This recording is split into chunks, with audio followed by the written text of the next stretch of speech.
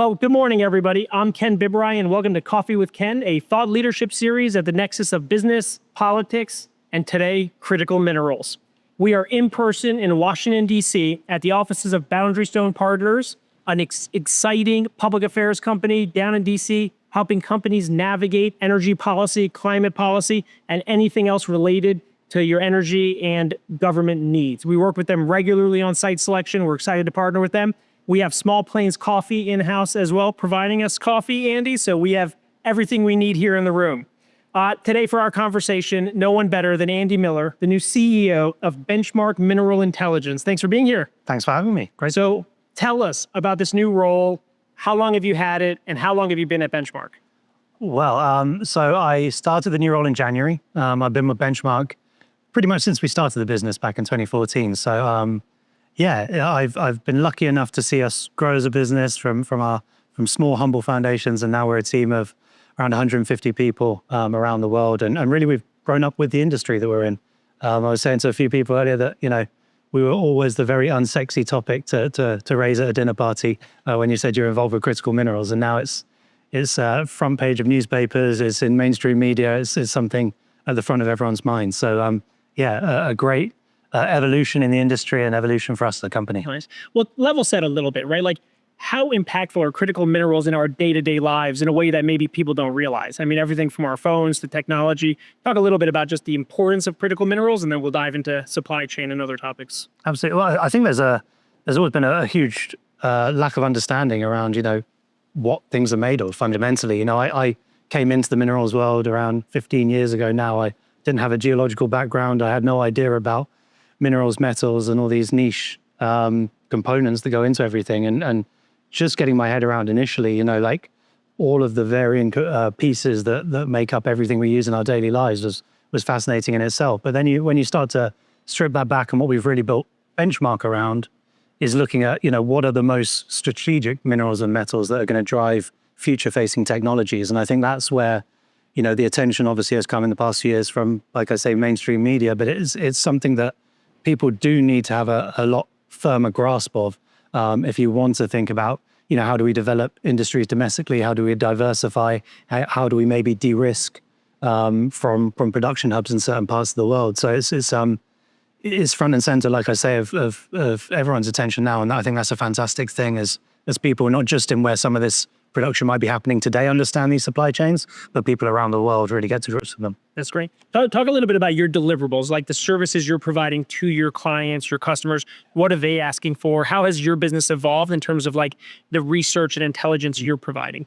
Yeah, so we set out with a very clear goal to provide price and data for critical mineral supply chains that really no one at that point knew almost anything about. It was very interesting to us back in 2012, 2013, when you started to have these massive projects being announced, like the Tesla Gigafactory.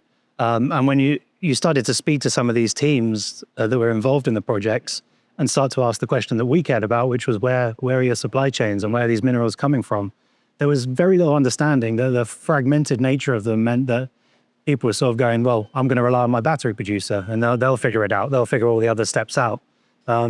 So our information and services are really focused and tailored around providing transparency to very opaque markets, or what have historically been incredibly opaque markets. So we do everything from pricing intelligence through to more traditional market research around supply, demand, pricing, costs, right through to sustainability and the sort of impact of taking some of this stuff out of the ground and getting it into these end markets. So you've been raising your profile as a company globally. You host these giga conferences now all over the world. Yes. You have one coming up in early June. I saw you had one last year. What's the goal of those conferences? Who are the stakeholders you're bringing together, and why are they significant? Yeah, you know, our events have actually become an interesting part of our business. It was never at the core of, like I just said, of what we were building the business around. But it's a fantastic way for us to build a community, to leverage the network that we have. And the Giga Series in particular was something that, as this came to the forefront of the geopolitical sphere as well, we decided to hold these more regionally focused, as we called them, Giga events, that would zoom in on the geopolitical nature of what's happening in different regions. Who are the actors in those regions? Who are the key stakeholders? And bring together, whether it be policymakers, investors, or the industry itself, to really look at how we can push development forward in some of these regions. So as you say, we have our next one upcoming is here in DC. That's an annual event we do in June, focused on the US market. And we've just launched one. The next one after that will be Africa in September. So it's an ongoing series. And like I said, I think there's the need to, while everyone likes to talk about this as a global topic, which I think is really important to understand the macro, when you delve into the issues and the challenges and the opportunities in each individual region, you really do have to have that nuanced conversation around some of the things that need to be addressed. So give folks a little bit of a teaser about the U.S. conference, the U.S. message. Where do we stack up as it relates to kind of a consumer of critical minerals and now as a producer and sourcer of it? So, always a massive consumer, market. The U.S. has always been on that side of things. I think, something that's been really positive to see, particularly over the last, 6-7 years now, is really the momentum behind how do we do more of the supply chain here domestically or with allied countries. And obviously that's been, a focus and continues to be across administrations a real priority. I think where we are today, and what's really encouraging certainly from my perspective as someone who's now, been in and around the industry for more than a decade, is that you actually are starting to see real significant progress in the build out of that supply chain. And I say that, not in the sense of we're going to have all of this fixed tomorrow, because I think the common misconception about this market is it's something that can be fixed and addressed immediately, right? These are huge timeline projects that we have to address. And something that we always point to is the fact that you can obviously get a manufacturing site up and running in 12, 18 months in a good case. To move a mine, to set up a new raw material production is often in the decades. So when we say things are moving, that's not me saying this will all be fixed tomorrow and we can really reshape the nature of these supply chains overnight. But you need that continued work across administrations. You need companies really committed to long duration projects. And you see some of those really coming to fruition here in the US. So, great assets, whether it be around things like lithium, whether it be around things like copper, we are starting to see that needle move. It's just going to need years and years of continued work and attention. So does the US come to this conversation with an abundance of opportunity as it relates to critical minerals, from a deficit? Do we need to be focused externally in sourcing? Or does there need to be more of an intentional process driven domestically to source more here? And what I'm kind of getting at is we were at a conference recently and the governor of Alaska was there.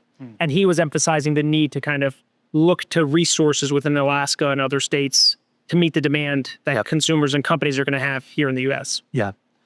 So I think absolutely there's opportunity here in the US. So I think you see that, like I say, with some of those projects coming through, but also the attention on new projects. And the thing that often gets misconceived, I think, about critical minerals is these aren't necessarily particularly scarce things. They are in the ground. It's not that we have a geological scarcity of a lot of these minerals and metals, but, being able to extract them at the right cost basis, to be able to develop the technology to turn those into something the industry can actually use is a really difficult step in this. So whether we can do it all in the US is a big question. I think there has to be that nuanced conversation. A lot of what we will cover at our Giga event is that conversation around what does need to happen here in the US, what can we do with allied countries, what makes more sense to do with them.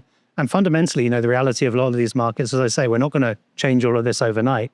So there has to be a period where we're going to have to use the established supply base, whether that be in China, whether that be in other parts of Asia, to some extent, for the foreseeable future. And I think, how you partner and how you leverage those relationships, I think is going to be really critical moving forward.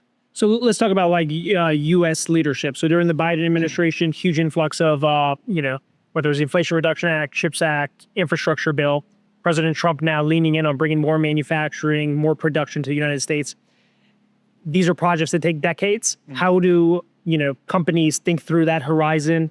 What is the state of the industry today? The president had a new executive order. What's your kind of assessment about where the U.S. stands today and where we're headed? So I think, to the point of what happened under the Biden administration, I think obviously a huge amount, that gave huge confidence in the demand side of this story. Excuse me. It gave companies the confidence there was going to be a market here in the US. And that's obviously needed. If you're developing a new raw material facility here in the US, you need to have a space to sell it. You can't say we're going to continue sending it all to China because you won't be competitive. I think what we've seen in the, under the Trump administration, I think was a positive for a lot of those companies working on these assets over time now is them going, we couldn't address that demand today if we needed to. We need this continued traction from policymakers. And I think the shift in focus now, of course, under the Trump administration is a lot more upstream. It's a lot more about doing that mining. How do we speed up that mining? How do we help with things like permitting? So I think there's a huge amount of positivity. And like I say, companies are trying to reframe maybe their position in this supply chain and their role. But I think overwhelmingly what you see is there's still the focus on diversifying. There's still the focus on securing supply chains domestically. And all of that momentum is really positive for these projects. Is a lot of the conversation today from the administration just about new mining, or are you hearing a narrative that all about recycling, right? And how important is the recycling aspect to the mining supply chain? Yeah, recycling is really important. Let's not turn our attention from that. I think a lot under the new administration is about that extraction so far. And fundamentally, when you're facing markets, like the battery industry, EV market, parts of this energy transition that are growing at double-digit growth levels every single year, fundamentally, you're going to need new material coming out, right? We can't just use what we have already. So there's a lot of focus on the extraction. I think that's really important.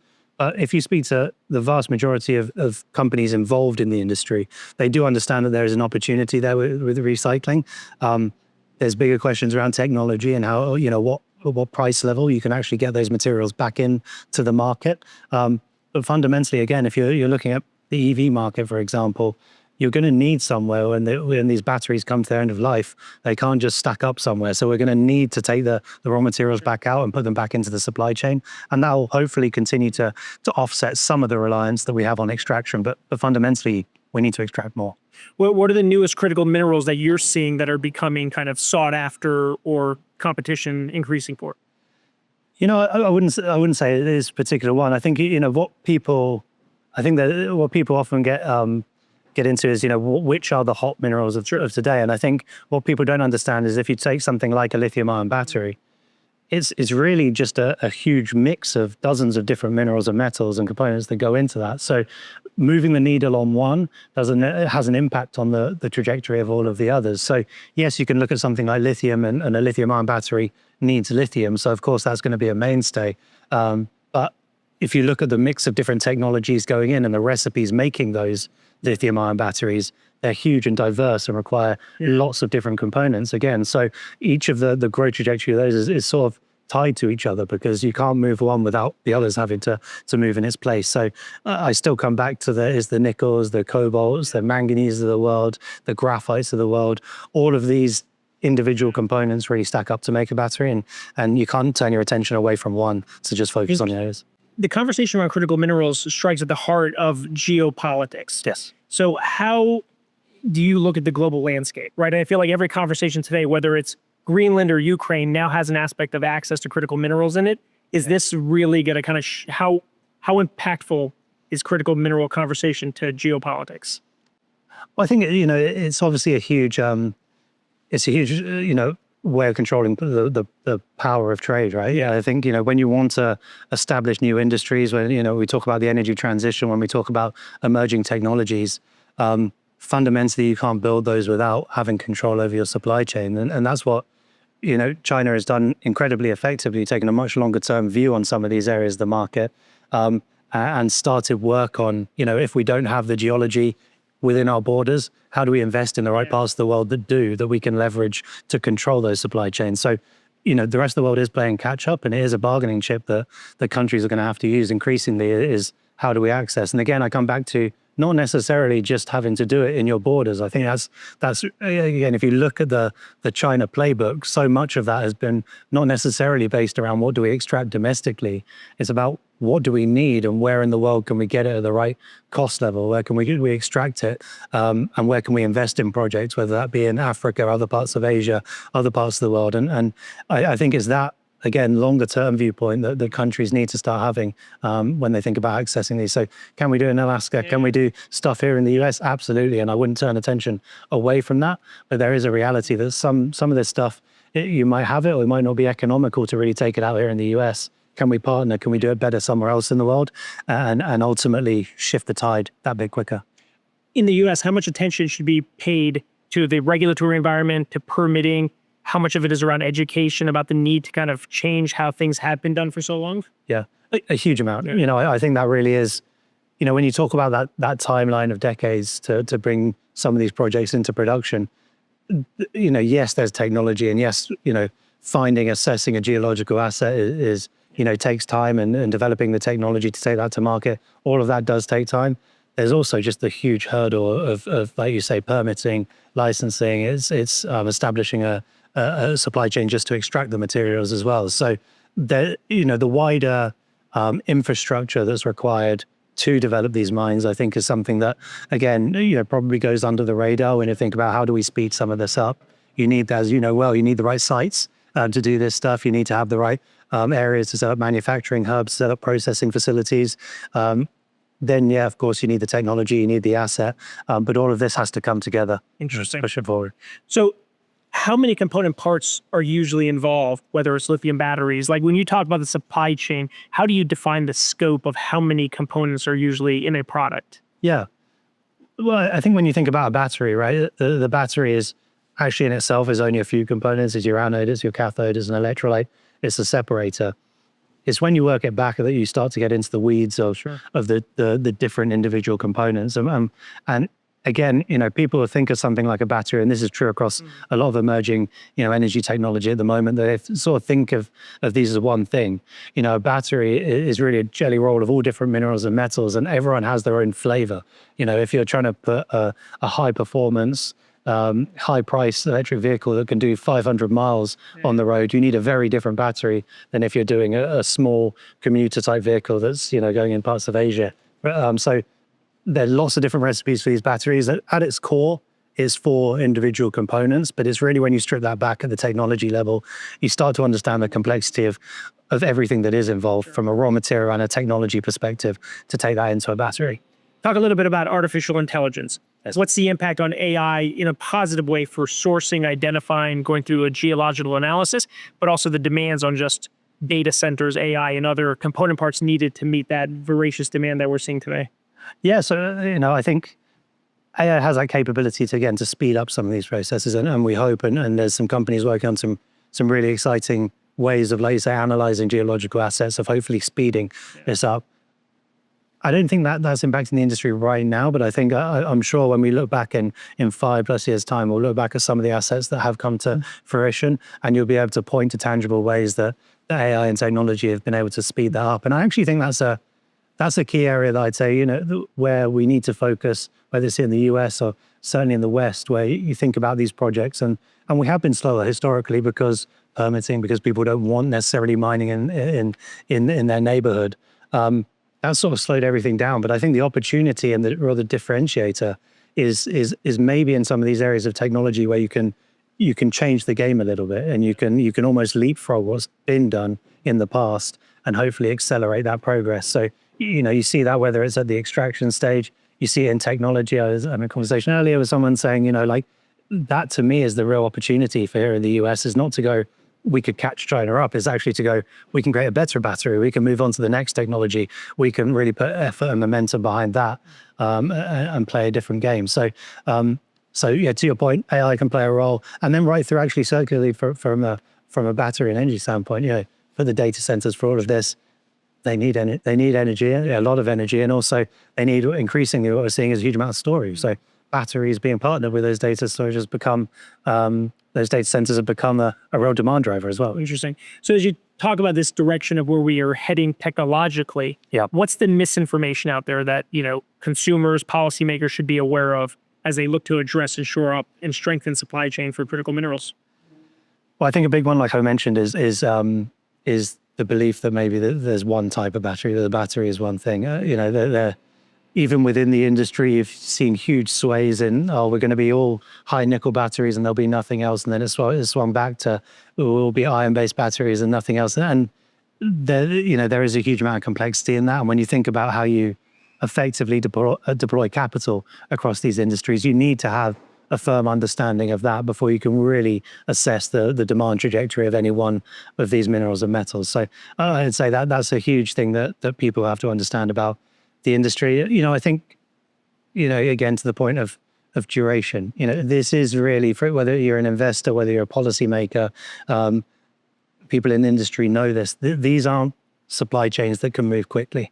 They're not hugely dynamic. And as much as we might think about these emerging technologies and the fantastic things that are happening, in some ways they're moving so quickly.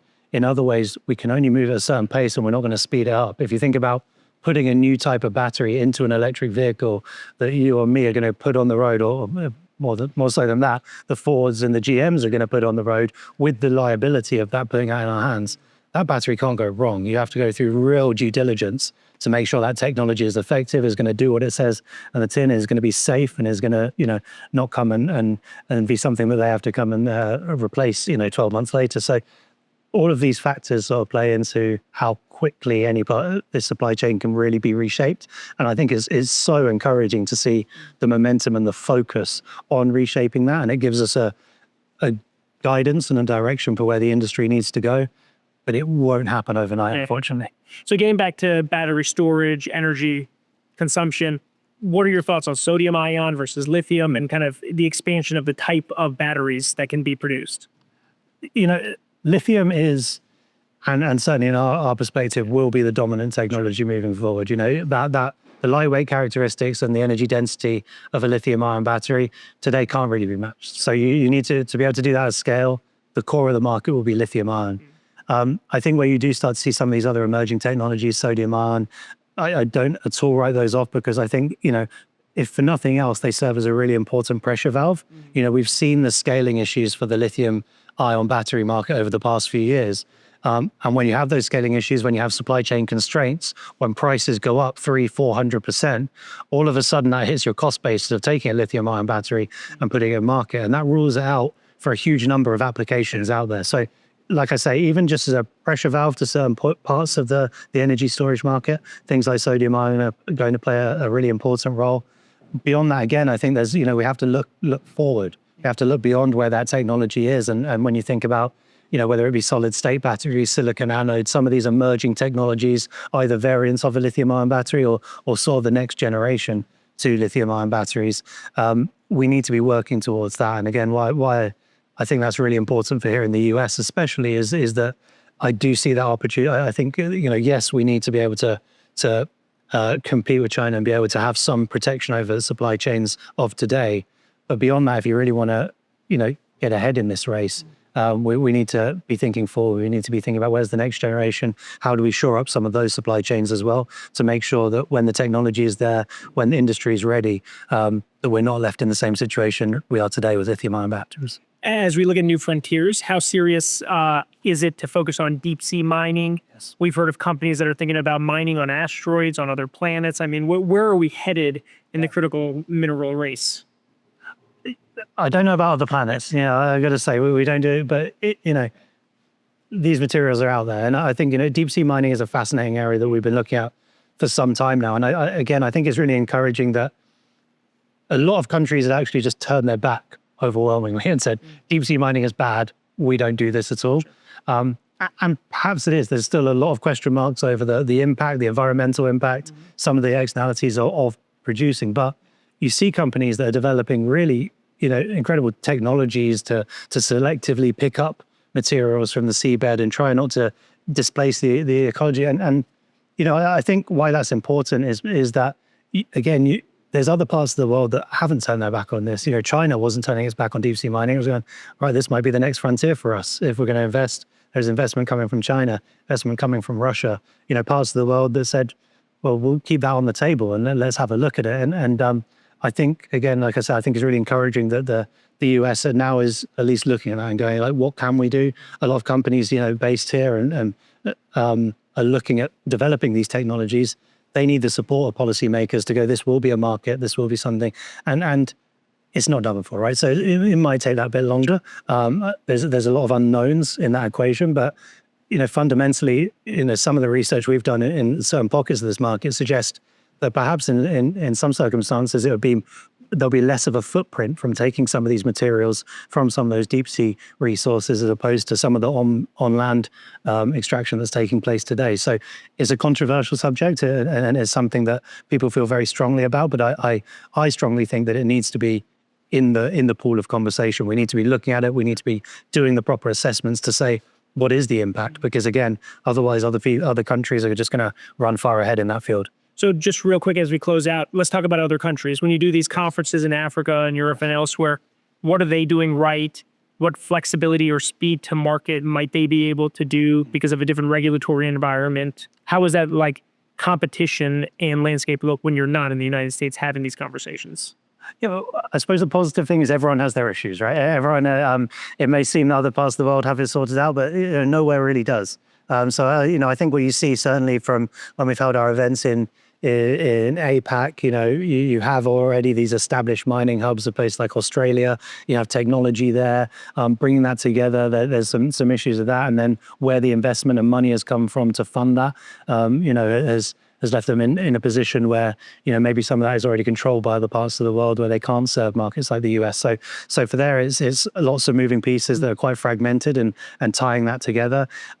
Europe and the US, again, you're starting at a lower base from a supply chain perspective, but huge demand hubs and will be a need to be the key consuming areas of these minerals and metals. And I think like I say, the positive across administrations now, I think, we really started to become involved here in DC towards the tail end of the first Trump administration, gone through Biden and now back to Trump. And the thread of understanding and appreciation for the importance of these minerals and metals in different ways has absolutely continued. So it's a non-partisan issue. Absolutely. So it's and I think, Europe, to the same point, has policymakers now looking at this in the right way. But you need to, and I would emphasize, I think the one thing here in the US is maybe taking away some of that conversation about us all having to do it within our borders right at this point in time, because you don't want to lose the race to others just because you're saying you're putting up the guardrails to everything else. There's a lot of allied countries that can work and be really important strategic partners to what's happening here in the US. And as I say, when you look at APAC, you think of the role of Australia as like an established mining hub. You have that here in the US, north of the border. Canada has a fantastic mining jurisdiction and expertise. And I think, leveraging those relationships is going to be really important in, one, accessing the supply chain you need today, but two, helping you develop the supply chain here in the US as well. Amazing. Andy Miller, Benchmark Mineral Intelligence, thanks for being here. Really appreciate it. Special thanks to Boundary Stone Partners and Small Plain Coffees for providing the caffeine for today. It's coffeewithken.com. Look forward to seeing you next time. Thanks so much. It's happy.